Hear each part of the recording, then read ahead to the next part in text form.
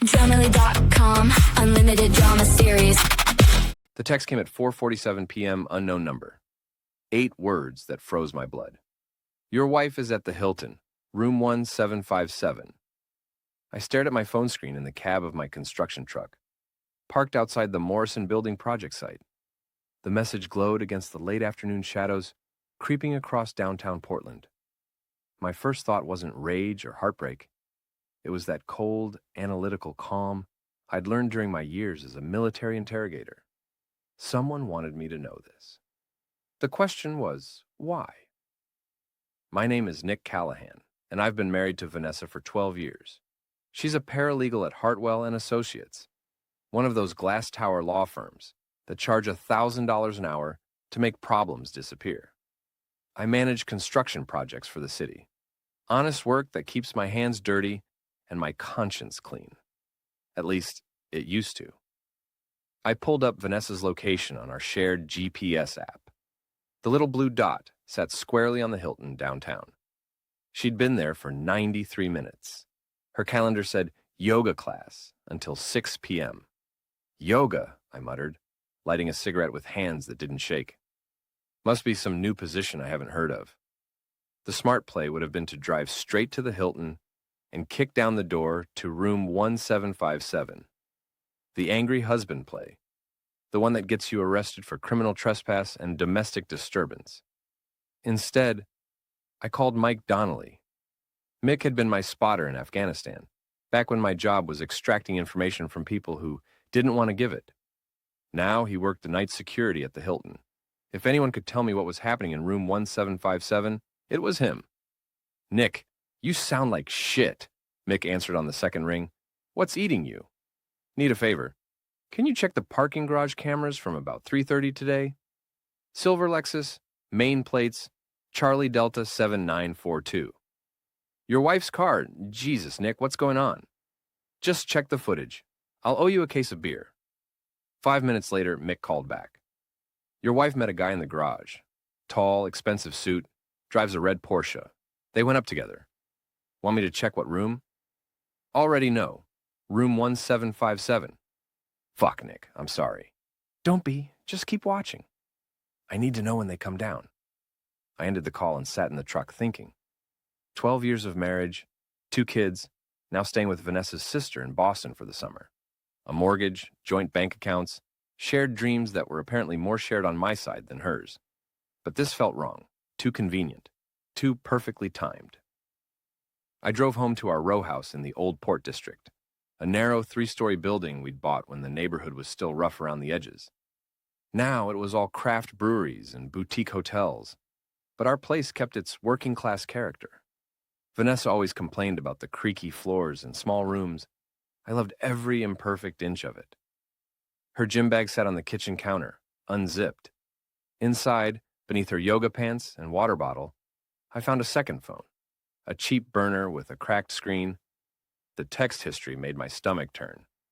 6 months of messages with someone named JD, photos I didn't want to see, plans I didn't want to read, and a pattern that matched her yoga nights perfectly. Justin DeMarco. I knew that name.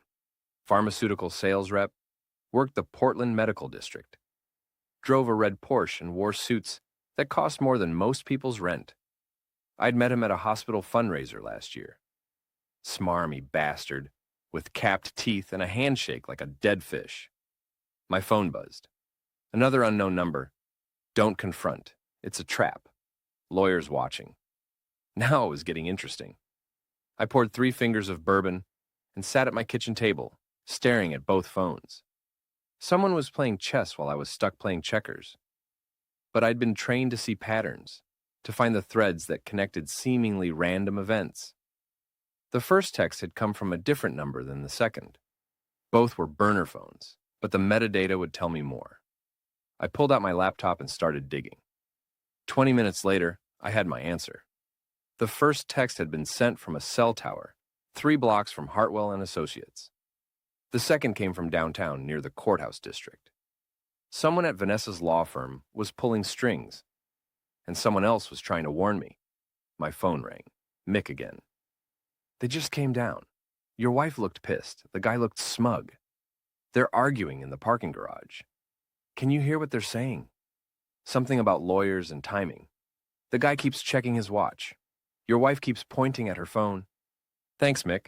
Keep me posted if anything else happens. I walked down to my basement office, a cluttered room filled with construction plans, old military manuals, and a gun safe I hadn't opened in years. On my desk was a framed photo of Vanessa and me on our wedding day. She was laughing at something I'd whispered in her ear. I couldn't remember what it was. I turned the photo face down and got to work. By 8 p.m., I had a clearer picture. Justin DeMarco had been using room 1757 every other Tuesday for 6 months. The room was always booked under his pharmaceutical company's corporate account.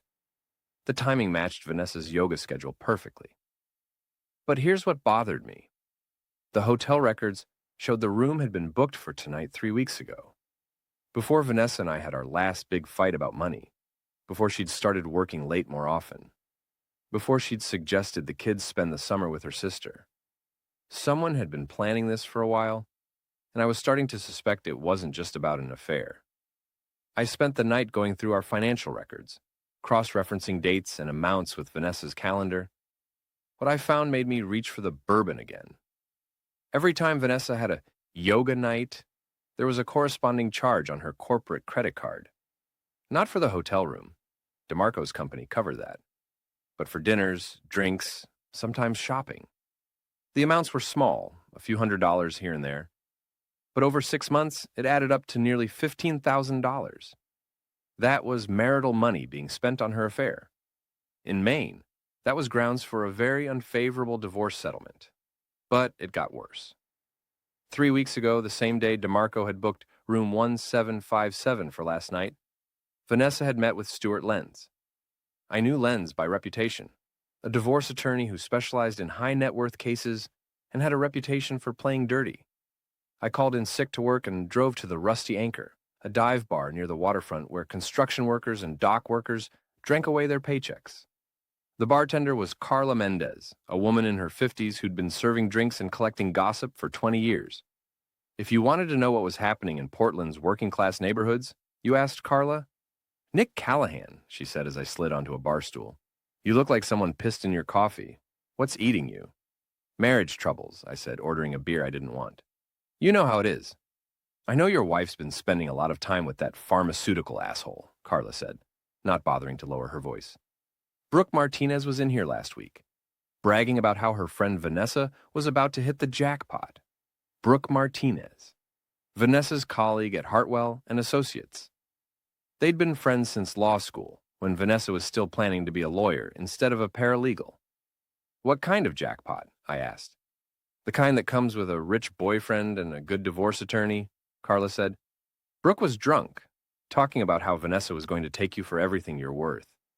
Said you'd never see it coming because you're too honest for your own good. I finished my beer and left a 20 on the bar. Thanks, Carla. I owe you one. You owe me a lot more than one if you're planning what I think you're planning, she said. Be careful, Nick. These people play for keeps. I drove to Hartwell and Associates, a gleaming tower in the financial district. The building had the kind of security that kept out honest people, but was useless against someone who knew what they were doing. I'd spent years getting into places I wasn't supposed to be. The law firm occupied floors 15 through 20. I took the elevator to 14 and found the service stairs. The door to 15 was locked, but the electronic keypad was an old model I recognized. It took me 3 minutes to bypass it. The offices were empty except for a few associates pulling all night.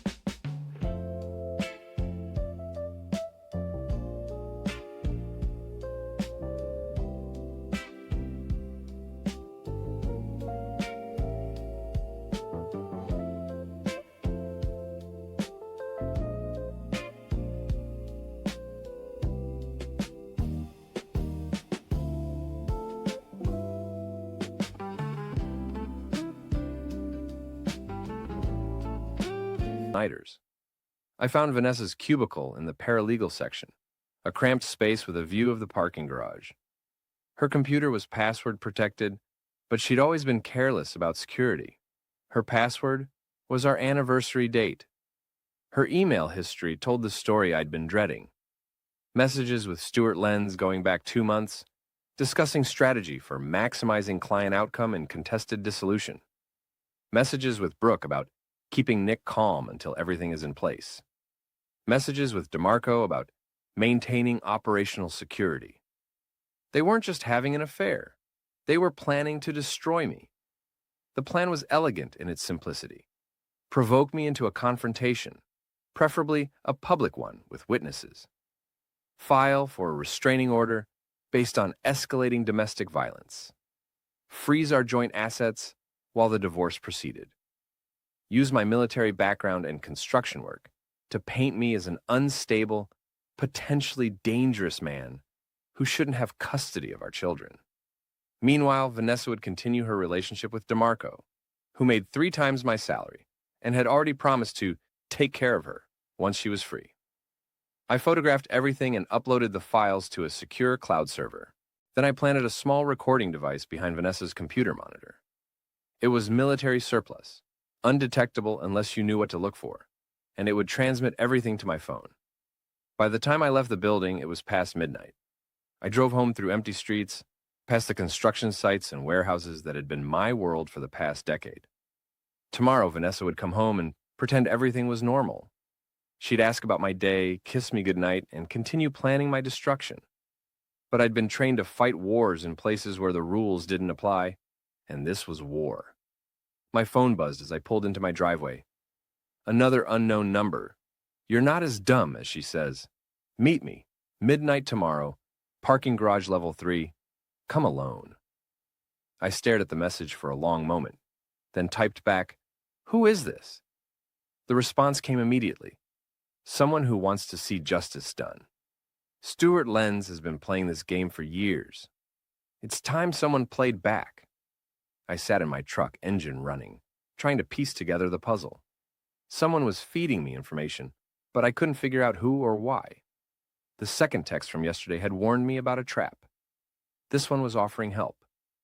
In Afghanistan, we'd called it a honey trap, using someone's desires against them to lure them into a vulnerable position. But sometimes the honey was real. I had 24 hours to decide whether to trust my mysterious ally or handle this alone. Either way, Vanessa and her conspirators were about to learn that underestimating a combat veteran was a mistake they'd only make once. I spent the next day going through the motions of normal life while planning for war. Work, lunch, small talk with my crew about weekend plans I wouldn't be keeping. All the while, the recording device in Vanessa's office fed me a steady stream of intelligence. At 2:17 p.m., Brooke stopped by Vanessa's desk. "Everything set for tonight?" she asked. "Justin's getting impatient," Vanessa replied. "He wants to know when I'm filing. Stuart says to wait until Nick does something stupid. He's been monitoring Nick's credit cards, waiting for him to hire a private investigator or do something that looks like stalking. The restraining order needs to look justified. What if he doesn't take the bait? Then we create a situation where he has to react. Stuart's got it covered." I turned off the recording and sat back in my truck. They were waiting for me to make a mistake, but they were also prepared to manufacture one if necessary. That meant tonight's meeting could be another trap, or it could be my only chance to get ahead of their plan. At 11:45 p.m., I drove to the parking garage downtown. Level 3 was mostly empty, just a few cars belonging to people working late or staying in nearby hotels. I parked near the stairwell and waited. At exactly midnight, a figure emerged from the shadows. To my surprise, it was Detective Lisa Torres, a 15-year veteran of the Portland PD who'd worked several cases involving my construction sites. "Detective Torres," I said, rolling down my window. "Didn't expect to see you here." "Call me Lisa, and I'm not here as a cop." She looked around nervously. "We need to talk, but not here. Follow me." She led me to an all-night diner in the warehouse district, the kind of place where truckers and shift workers grabbed coffee and pie at 3 a.m. We took a booth in the back, away from the few other customers. "I've been investigating Stuart Lenz for 8 months," she said without preamble. "He's been running the same scam on divorced men across the state. Sets them up for restraining orders, manipulates custody arrangements, takes a percentage of the settlement under the table." Why are you telling me this? Because you're different. Most of his targets are white-collar guys who don't know how to fight back. But you've got skills, and you've got the balls to use them. I'm hoping you can help me nail this bastard. She slid a manila folder across the table. 5 other men in the past 2 years. Same pattern every time. Wives have affairs with wealthy men, file for divorce, claim domestic violence, get restraining orders based on manufactured evidence. The men lose their kids, their houses, their savings. Lenz takes 30% of everything. I opened the folder and studied the files. The details were depressing. She left this in your apron. You didn't even throw it away. I forgot. You forgot a woman's lipstick in your... Watch more on Grammarly.com. Depressingly similar to my own situation. Successful men with military or blue-collar backgrounds, painted as dangerous and unstable by wives who'd been coached by Lenz. What happened to them? 2 committed suicide. 1 moved to Alaska and hasn't seen his kids in 3 years. 1's in prison for violating a restraining order he didn't even know existed. The 5th one fought back and won, but it cost him everything he had in legal fees. And you think Vanessa's part of this? I think your wife got recruited. Lenz targets women in financial trouble, offers them a way out through divorce. He provides the boyfriend the legal strategy, even coaching on how to provoke their husbands into reactions that look threatening. Lisa pulled out her phone and showed me a photo. This is Justin DeMarco with wife number 2. She divorced her first husband using Lenz 3 years ago. DeMarco married her, then divorced her 6 months later. She got nothing because she'd signed a prenup. Now she's working as a waitress in Bangor. The pieces were falling into place. DeMarco wasn't just Vanessa's affair partner. He was part of the scam. A professional homewrecker who helped Lenz destroy marriages for profit. Why haven't you arrested them? Because they're smart. Everything they do is technically legal until the moment they manufacture evidence for the restraining order. And by then, the damage is done. I need proof of the conspiracy before it happens, not after. What do you want from me? I want you to play along, but with backup. Let them think their plan is working while we document everything. When they make their move, we'll be ready. I studied her face in the fluorescent light of the diner. Lisa Torres had a reputation for honesty in a department that had seen its share of corruption scandals. But trusting anyone at this point felt like stepping into a minefield. What's in it for you? I asked. Justice, and maybe a promotion to detective sergeant when this case breaks. She smiled grimly. I've been working domestic violence cases for 5 years. I'm tired of watching good men get destroyed by a system that's supposed to protect families. I made my decision. What do you need me to do? Go home. Act normal. Let Vanessa think she's in control. I'll be monitoring Lenz's communications and DeMarco's financial records. When they're ready to spring their trap, I'll give you 12 hours warning. And then we spring our own trap. But this time, the right people go to jail. We shook hands in the parking lot and went our separate ways. As I drove home through the empty streets, I felt something I hadn't experienced since my military days. The calm certainty that comes from having a mission and the tools to complete it. Vanessa was asleep when I got home, or pretending to be. I stood in the doorway of our bedroom, watching her breathe in the darkness. 12 years of marriage, and I was looking at a stranger who'd been planning to destroy me for months. But she'd made one crucial mistake. She'd underestimated the man she'd married, and that mistake was going to cost her everything.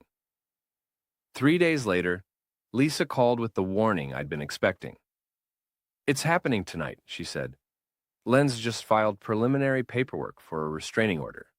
They're going to provoke you into a confrontation at Vanessa's office, probably around 7 p.m. when there are plenty of witnesses. How? DeMarco's going to be there. They want you to catch them together and lose your temper. Building security has been briefed to call the police immediately if there's any disturbance. I was sitting in my truck outside a job site, watching my crew install windows on the 3rd floor of a new apartment building. Normal work, normal day. while my life was being systematically dismantled by people who thought I was too stupid to see it coming. What's the plan? Don't go to her office. Instead, I want you to go to the Rusty Anchor at 6:30. Make sure Carla sees you there, establish an alibi. I'll handle the rest. What about Vanessa and DeMarco? They're going to wait for you until 8, then claim you threatened them over the phone. Lenz will file the restraining order first thing tomorrow morning, along with an emergency motion to freeze your assets. Except I won't be there. Exactly, and I will be. Along with a surveillance team and recording equipment. When they realize their plan isn't working, they'll have to improvise. That's when people make mistakes. I ended the call and stared at the construction site. In 6 hours, my marriage would officially be over. But for the first time in weeks, I felt like I was winning. At 6:25 p.m., I walked into the Rusty Anchor and ordered a beer. Carla was working the early shift, and the bar was crowded with after-work drinkers. "You look better than the last time I saw you," Carla said. "Figure out what to do about your wife?" "Working on it," I said. "Mind if I sit here for a while? I'm not ready to go home yet." "Stay as long as you want. First beer's on the house." I nursed my drink and made small talk with the regulars, making sure plenty of people saw me. At 7:15, my phone rang. Vanessa. "Where are you?" she demanded. "I thought you were coming to pick me up." "Pick you up? From where?" "From work. I told you this morning I needed a ride because my car's in the shop." I smiled. She was good, I had to give her that. Creating a reason for me to come to her office, making it sound innocent. "Sorry, honey, I'm having a beer with the guys. Can't you take an Uber?" "Nick, I really need you to come get me, please." "I've had 3 beers. I'm not driving anywhere." "Call a cab." There was a long pause. "Fine, I'll figure something out." She hung up and I ordered another beer I wouldn't finish. At 7:45, my phone buzzed with a text from an unknown number. "You're a dead man, Callahan. Stay away from my wife." I showed the text to Carla. "Someone's having a bad night," I said loudly enough for several people to hear. "Want me to call the cops?" she asked. "Nah, probably just some drunk asshole." My phone rang again. Lisa Torres. "They just left the building," she said. Vanessa looked furious. DeMarco looked confused. "They're arguing in the parking garage." "Did you get it on tape?" "Everything. Vanessa telling DeMarco to send you threatening texts. DeMarco asking what they're supposed to do now that you didn't show up. Lenz on speakerphone telling them to stick to the backup plan." "What's the backup plan?" "Break into your house and stage a confrontation there. Make it look like you came home drunk and violent. Lenz has a judge standing by to sign the restraining order tonight, instead of waiting until morning." I felt ice in my veins. "They're going to my house?" "Already on their way, but don't worry, we're ready for them." I paid my tab and drove home through streets that looked different somehow, sharper and more dangerous. Police cars were positioned at both ends of my block, unmarked but obvious if you knew what to look for. I parked across the street from my house and called Lisa. "I'm here." "Good. Stay in your truck and keep your phone on. This is about to get interesting." Through my front window, I could see lights moving around inside. They'd broken in through the back door, probably using Vanessa's key to make it look like I'd forced my way in. DeMarco's Porsche was parked 2 blocks away, out of sight, but close enough for a quick escape. At 9:23 p.m., my phone rang. Vanessa again. "Nick, thank God. Where are you?" "Driving home from the bar. Why?" "Someone broke into our house. I came home and found the back door smashed in. I think they're still inside." "Are you safe?" "I'm in my car outside. I already called the police." "I'm 2 minutes away. Stay in the car." I hung up and waited. At 9:26, 2 patrol cars arrived with lights flashing. I watched from my truck as the officers approached the house, flashlights drawn. What happened next was beautiful in its simplicity. The officers found Vanessa and DeMarco inside the house, along with evidence of the break-in they'd staged. But they also found Lisa Torres and her surveillance team, who'd been recording everything from the house next door. The recording showed Vanessa using her key to enter through the front door, then smashing the back door from the inside to make it look like a break-in. It showed DeMarco planting a bottle of whiskey and overturning furniture to suggest a violent drunk had been there. Most damning of all, it showed them rehearsing their story, with Lenz coaching them over the phone on exactly what to tell the police. I got out of my truck and walked toward the house as they brought Vanessa out in handcuffs. She saw me and her face went white. "Nick, this isn't what it looks like," she said. It looks like you're under arrest, I replied, which is exactly what it is. DeMarco came out next, also in handcuffs, his expensive suit wrinkled and his face flushed with panic. This is all a misunderstanding, he kept saying. I can explain everything. Stuart Lenz arrived 20 minutes later, probably expecting to file his emergency restraining order. Instead, he found his clients in the back of police cars, and Detective Torres waiting to arrest him for conspiracy to commit fraud. Lisa walked over to where I was standing on the sidewalk, watching my neighbors peer out their windows at the spectacle. How does it feel? She asked. Like justice, I said. Cold, hard justice. The next morning, I sat in the district attorney's office, giving my statement to a prosecutor who looked like she was barely old enough to vote.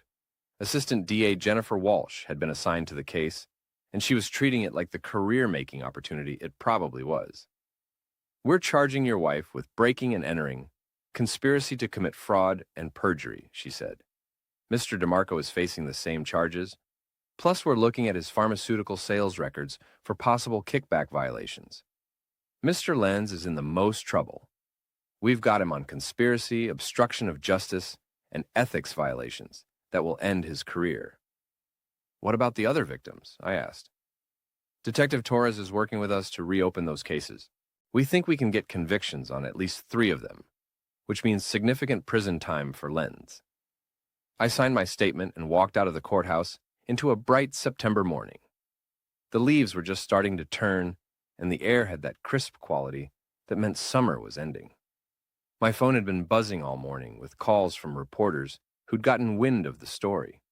Paralegal and divorce attorney arrested in elaborate fraud scheme was the headline in the Portland Press Herald.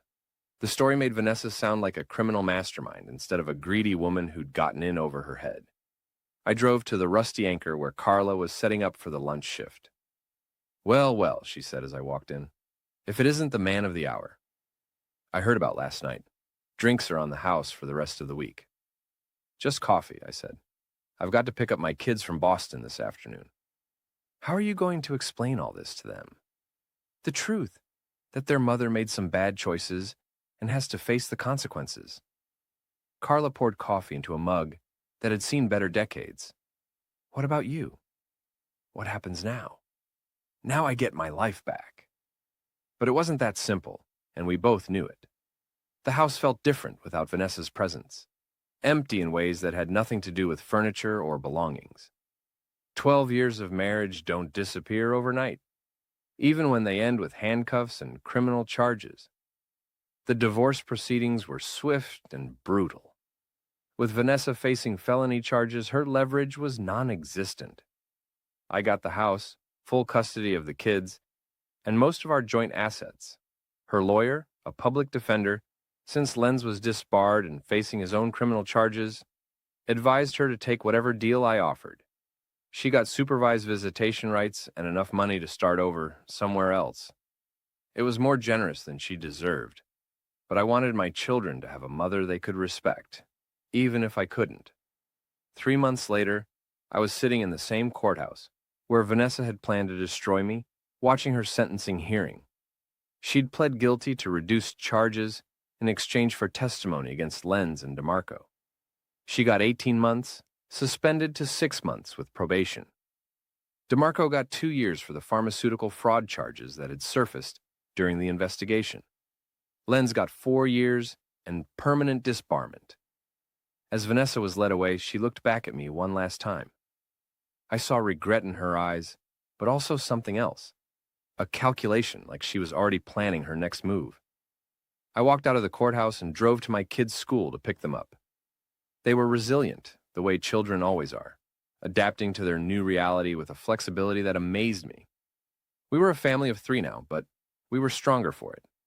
That evening, I was cleaning out Vanessa's desk when I found a letter addressed to me, dated the day before her arrest. I almost threw it away without reading it, but curiosity got the better of me. Nick, it began, if you're reading this, then you were smarter than I gave you credit for. I want you to know that none of this was personal. It was just business, a way out of a life that was suffocating me. I hope someday you can understand. I read it twice, then fed it into the fireplace and watched it burn. Understanding was overrated. justice was better. 6 months after that, I was having dinner at the Rusty Anchor when Carla mentioned that Lentz had been found dead in his prison cell. Suicide, she said. Left a note confessing to everything. I nodded and finished my beer. Some stories end with redemption, others end with consequences. This one ended with both. I drove home through the Portland streets I'd known all my life, past the construction sites where I'd built my career and the neighborhoods where I'd raised my children. The city looked the same, but I saw it differently now. Not as a place where bad things happened to good people, but as a place where justice was possible if you were willing to fight for it. At home, I tucked my kids into bed and read them a story about heroes and villains, good and evil, right and wrong. Simple concepts that adults seem to have trouble with, but children understood instinctively. "Dad," my daughter asked as I turned off the light, "are you a hero?" "No, sweetheart," I said.